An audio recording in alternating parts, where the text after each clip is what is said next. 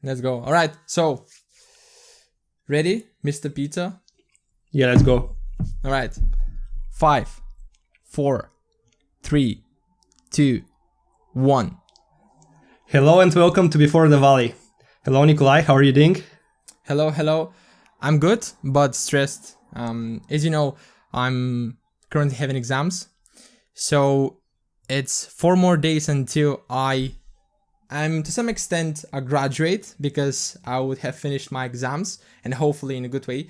But as you know, I'm stressed because exams have changed the structure, and now I have 2 exams to complete in 7 days, which is quite stressful considering the fact that I don't know that much about them. So I'm starting from scratch about completing all the questions. So that's how I am. What about you? How are you? Well, firstly, that's what I was going to ask. Are you stressed because of the changed format, or is there a different reason for it? The format is the main issue. It's not that I don't know anything, right? It's not that exactly. I haven't studied at all for the exams. But yeah, this is in front of all of my professors. Not. If anyone's watching, he's fully prepared. I can guarantee. I've been attending all my lectures regularly. That's not an issue at all. It's because of the format only. Yes. Yeah, I understand completely. So you ask how I am. I'm quite good actually, because I don't have any exams, so I can do whatever the fuck I want. I'm perfect. Lucky you. Yeah. Right. So do you wanna jump into the first topic? Yeah, can you present it for us and tell us how we thought that's a good idea to speak about? Sure. So the first topic is about intuition.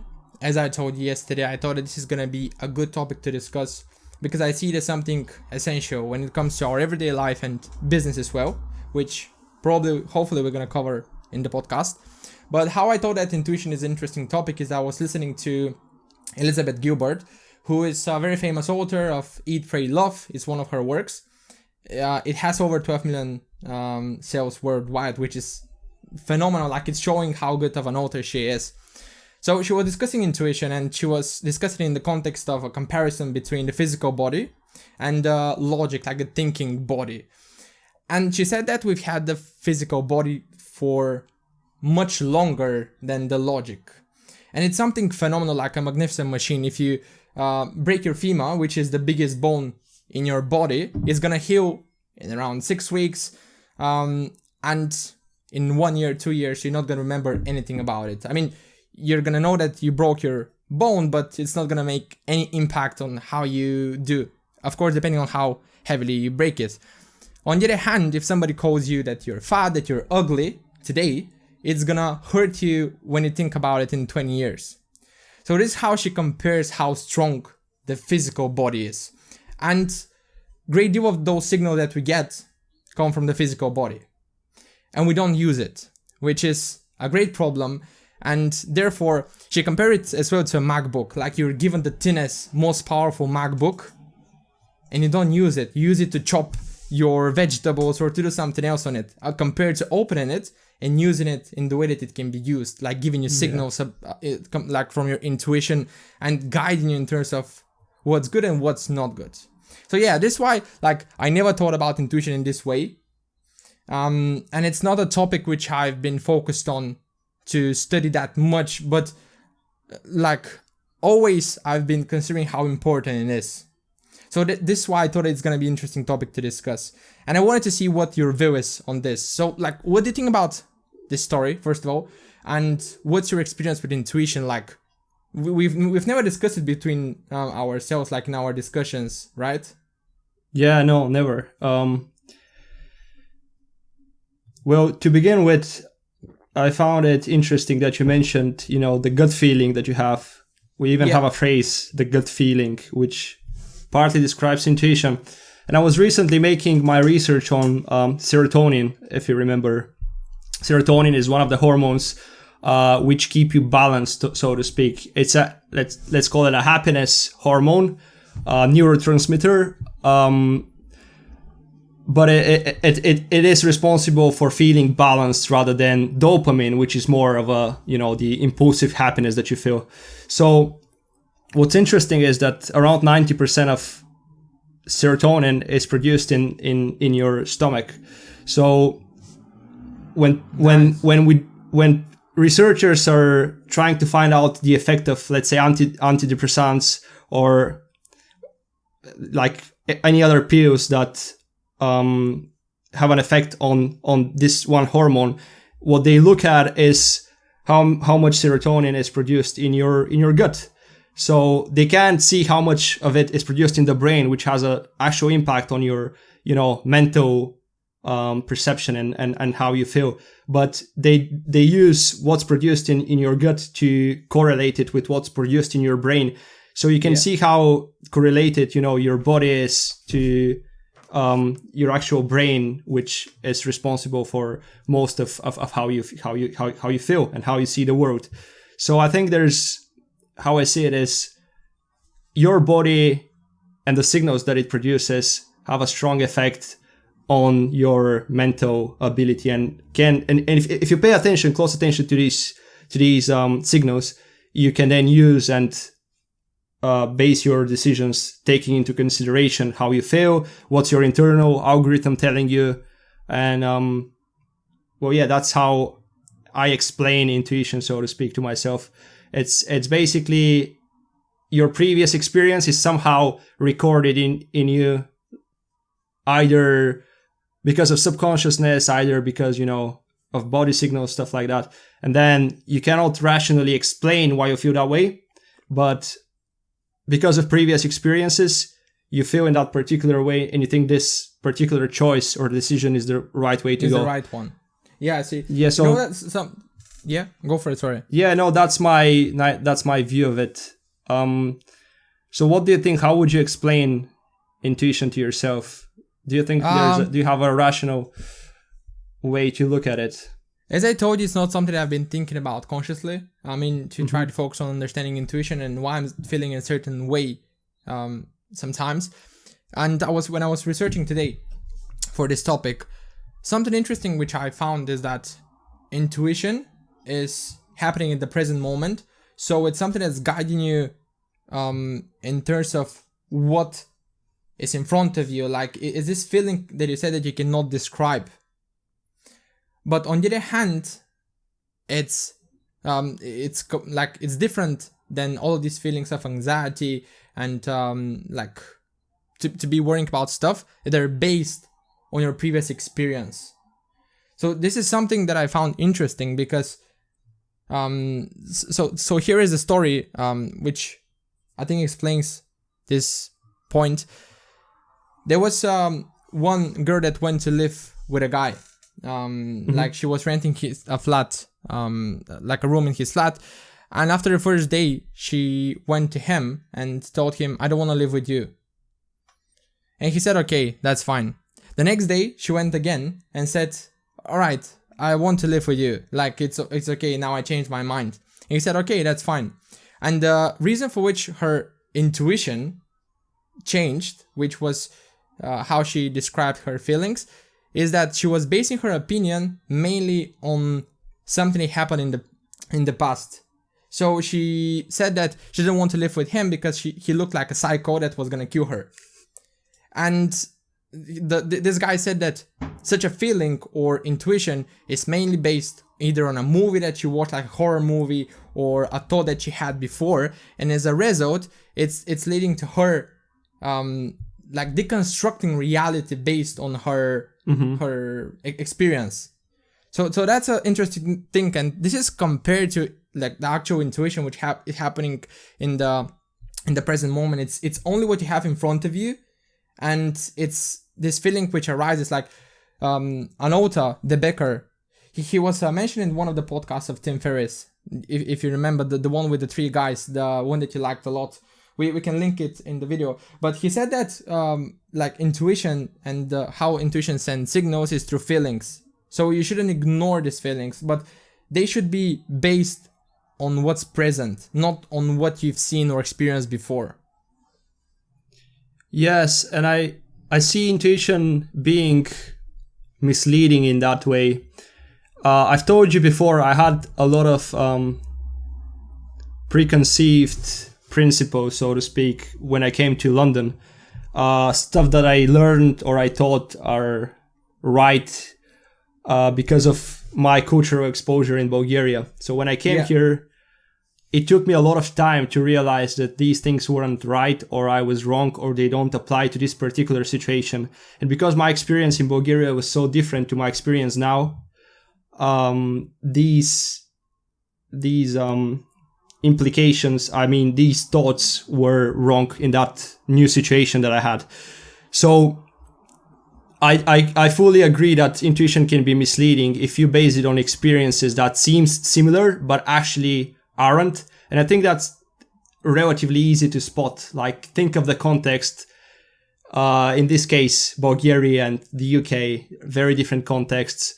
So a lot of the things that apply there wouldn't apply here. So for example, I'm just thinking of something. I used to leave my bike unlocked, and my intuition was telling me no one's gonna steal it, because back in Bulgaria, the small town that I live, no one has the incentive to steal bikes. However, here I got my bikes stolen maybe 6 or 7 times until I finally learned that no matter where I leave my bike, I need to lock it. And it was always, I never feared. That's the thing. I never had, any fear that it's going to get stolen. But with time, that intuitive feeling, that lack of fear disappeared because I was exposed to the new situation. So that's why I think the context matters a lot, and you can easily spot it. Like, if you think about it, of course, people use bikes much more in London, so there's a much bigger incentive to take it and then sell it. So if you think about the context, you can kind of avoid being misled by your intuition, is what I think. Yeah, and as you said, if you think about the context, most of the times, if your intuition guides you to do something or to avoid doing something, in, let's say, a week or after this thing has happened, thinking about it, once again, you say to yourself, well, like, it makes sense, because you start analyzing, okay, as you said, I'm in London, people use bikes more, and there is a much higher incentive for them to steal my bike. Yeah. But this is why intuition is something that it's guiding you considering the present. It's not considering what your experience was. This is like the difference between intuition and this sense of fear, which is based on your imagination. Yeah, I still think there's a relevance to your previous experiences to how you feel in the present moment.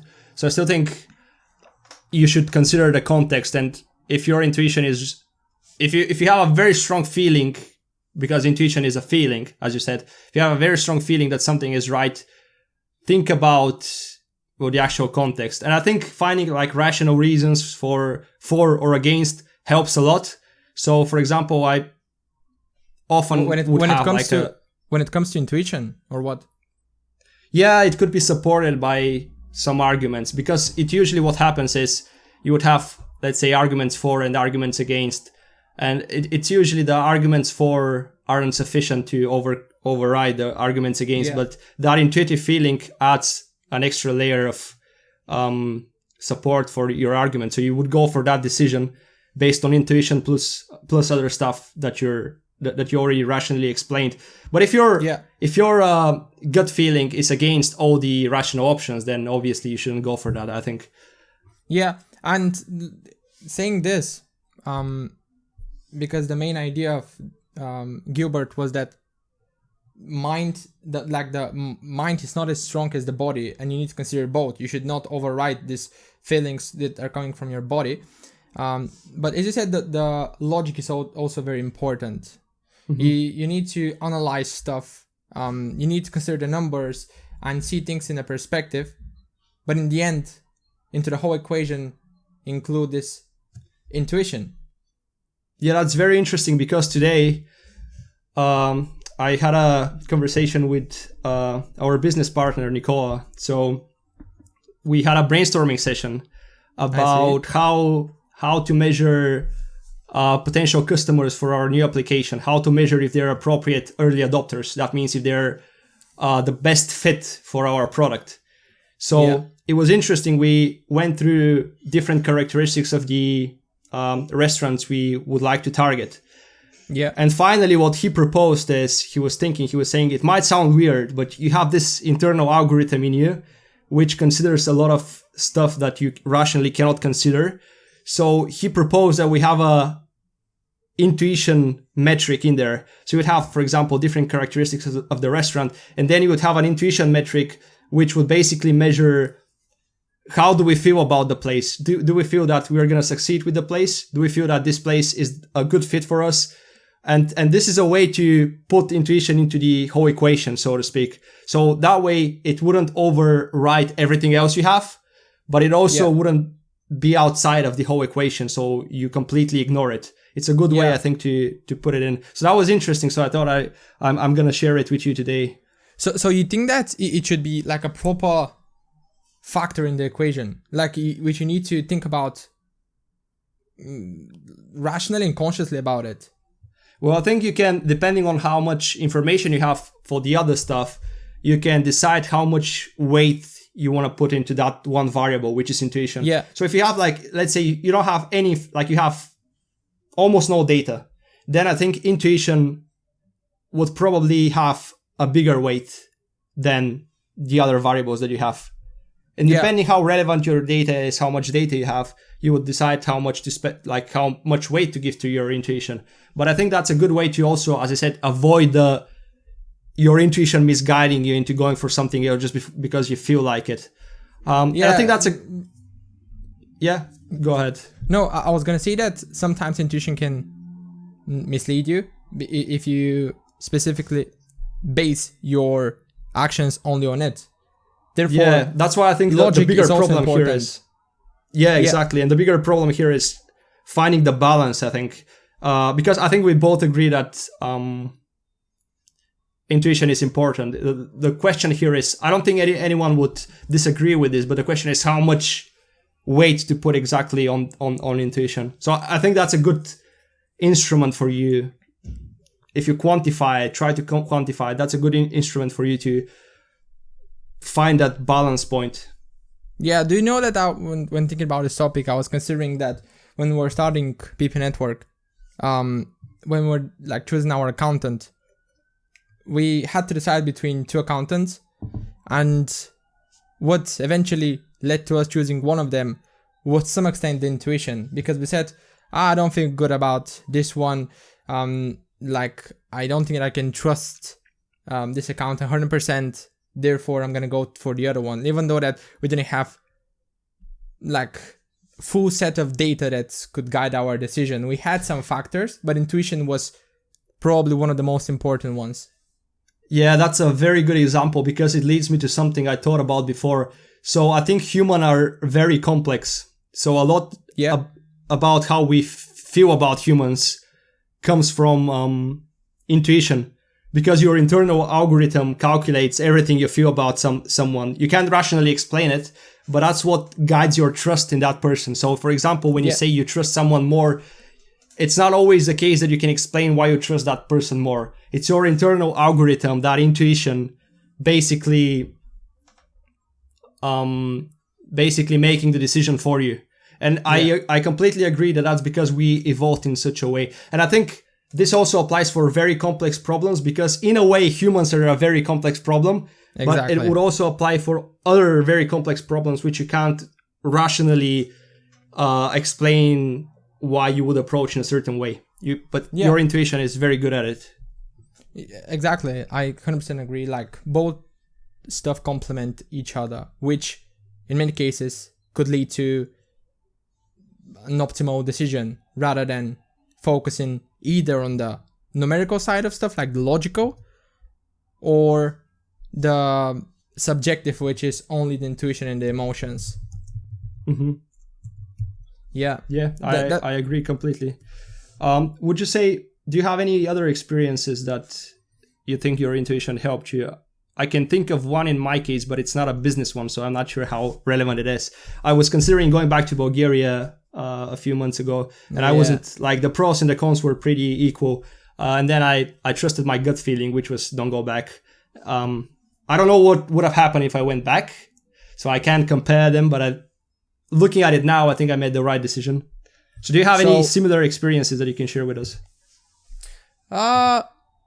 To be honest,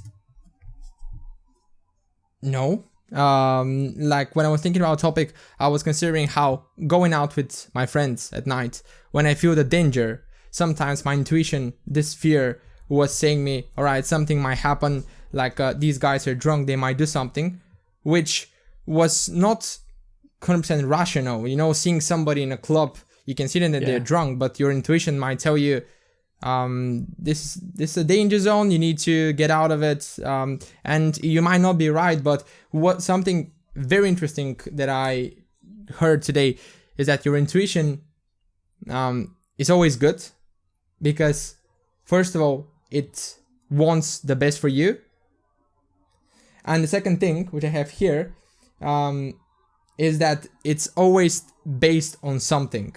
Like it always has some basis that you can later on think about, like what provoked this feeling, why was it like a true feeling, or on the other hand, if you are wrong about something. Let's say that you leave the stove at your home, your intuition is telling you, all right, I think that I forgot it, I'm gonna go back. And this is why it's good, like the intuition wants you to not and end up being in a situation when your house is burnt, right? So intuition is good. However, as we said already, it needs to be like in a combination of logic. If it's about business decisions, sometimes it can override logic, I would say, because Elizabeth Gilbert, she was discussing intuition in the context of saying no. And she said that sometimes when somebody asks her for a favor, it might be the case that this person did a lot for her previously, and her logic would say, okay, you need to do this. That's the rational thing to do because this person helped you. However, her intuition is telling her no. And therefore, her intuition overrides this logic and leads to her being happier.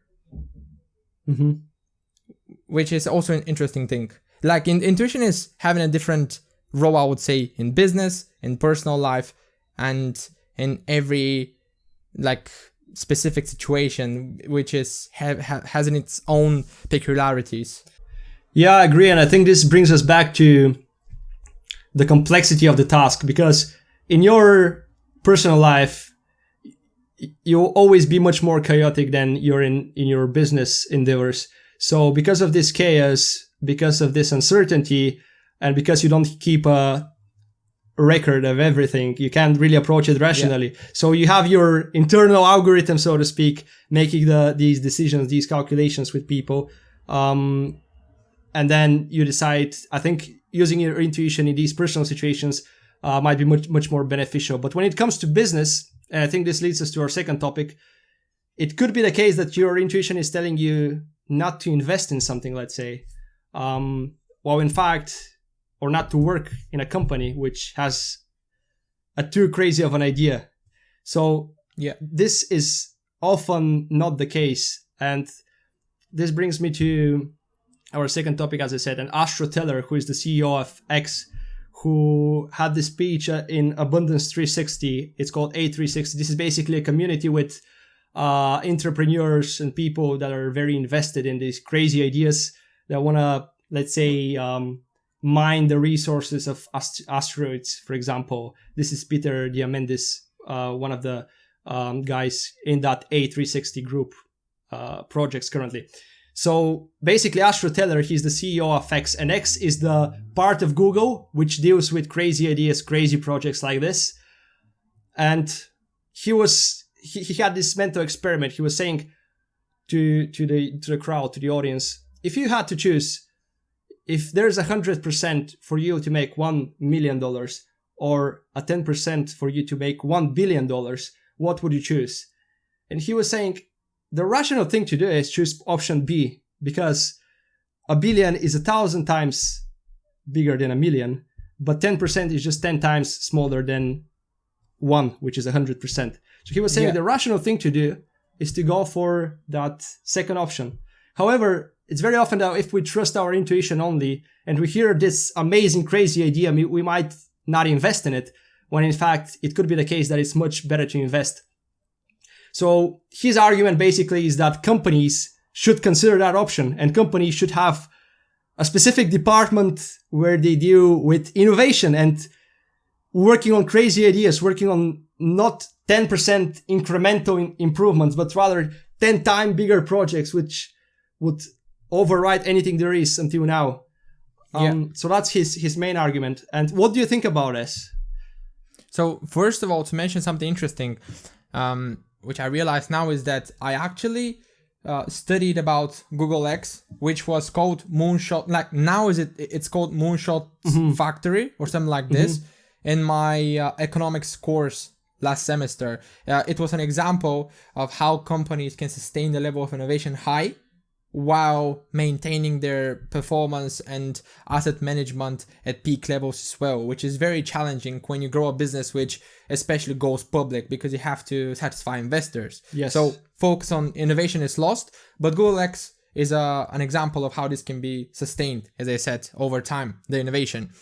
And thinking about the specific examples, the specific example of Astro Teller, Astro Teller. Yeah, Teller, is that, as far as I understood you, companies should focus on building that 10% incremental like change, which leads to much bigger changes, right? So to be... No, not exactly. It's basically a choice whether to get a 10% incremental change from this group of people or to invest in another group of people, which can work on stuff that will give you 10 times bigger output, but have a much smaller chance of success. Which was the 1 billion, or like the bigger number, right? Yes, that was 1 billion. Yeah, you have 10%, so a smaller chance of getting the bigger number. All right.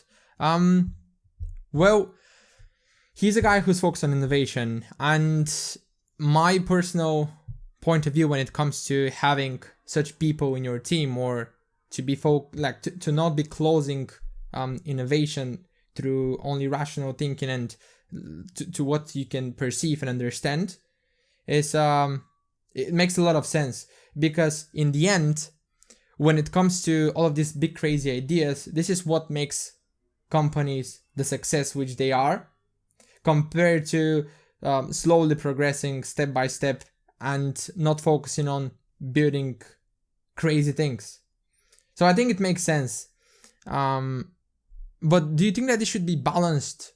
Because as I said, I studied in economics, that in the context of balancing both stuff, asset management, which is like running the company and regular operations, and on the other hand, like innovation. Like, do you think that these should be balanced? And do you think that this is possible?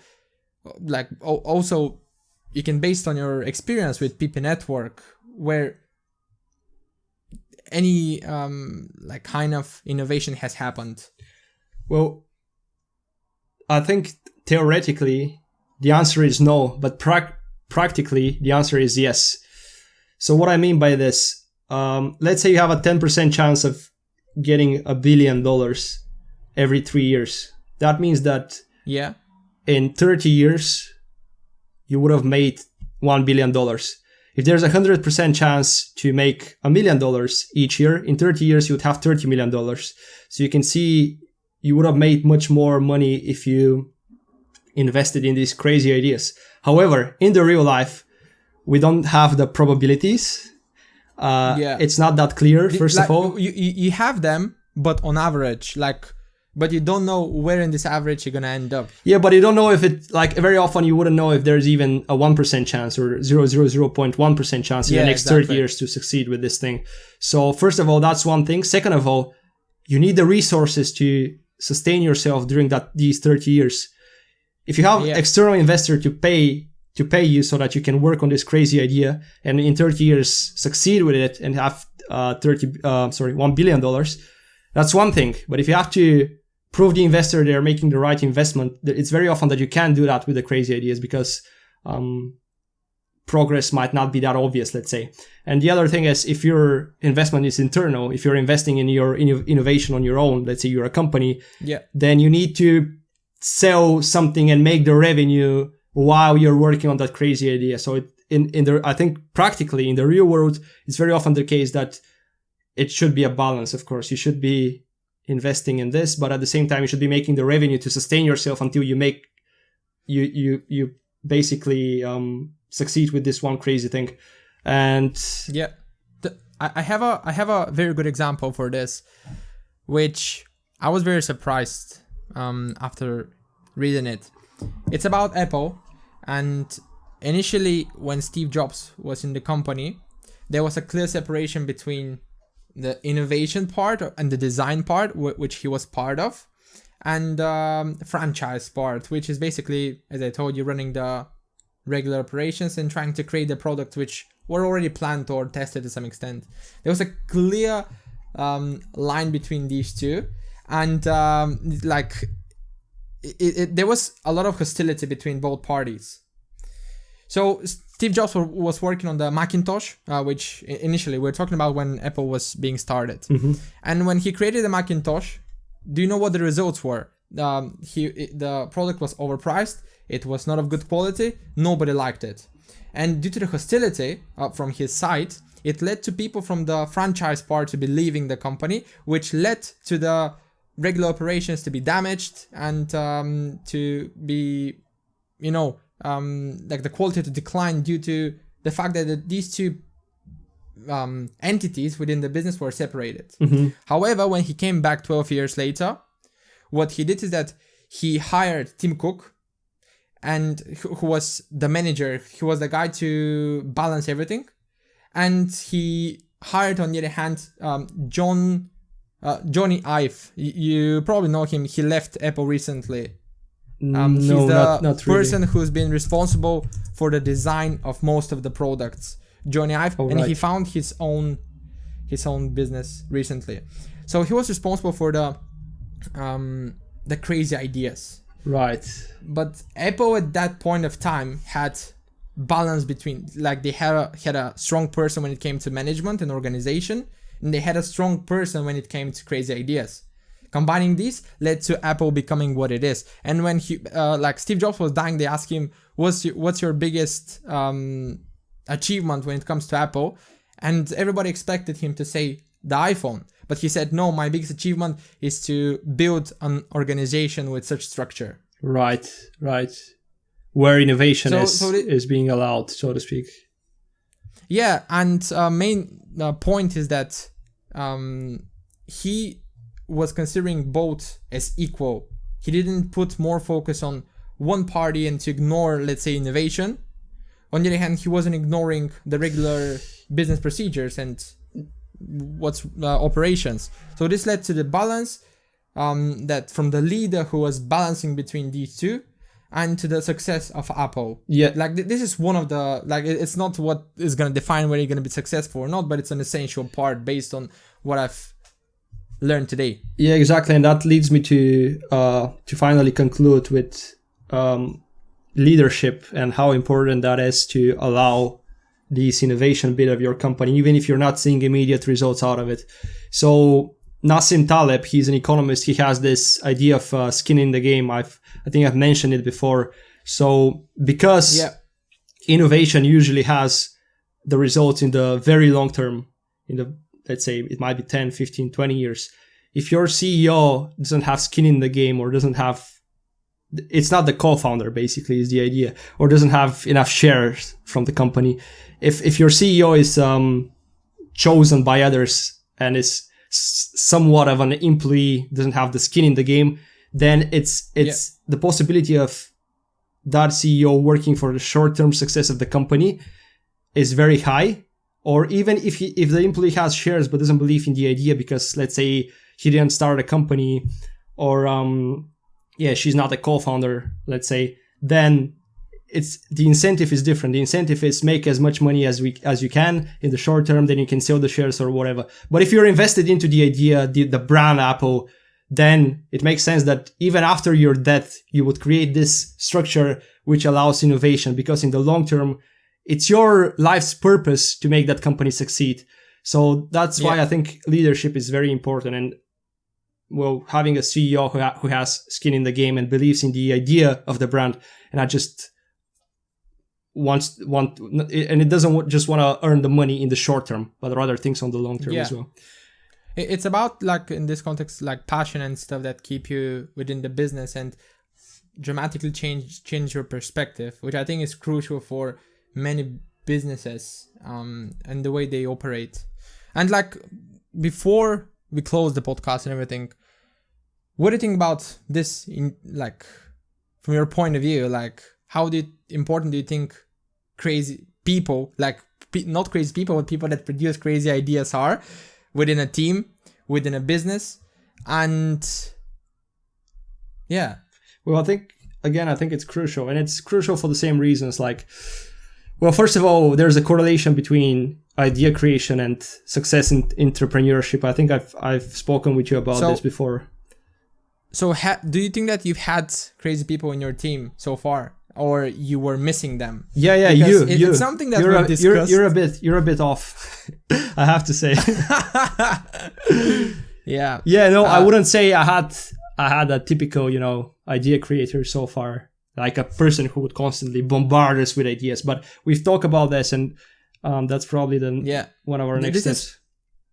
Why I'm asking you, and while reflecting on it, I realized that very often when we're discussing some ideas which require creativity or to unlock potential, we reach out to people like Casper, because we see them as people that are going to bombard us, as you said, with different ideas, and they're going to just shoot at us straight away. And on the other hand, it's you and I who analyze this and filter the best ones. So this is why I think that in our experience, as I told you already, we've had this conversation, a person with crazy ideas as somebody who can unlock potential in ourselves as well, and eventually lead to much more successful execution of an idea. Yeah, I think that's the analogy. The macro analogy would be entrepreneurs and finance.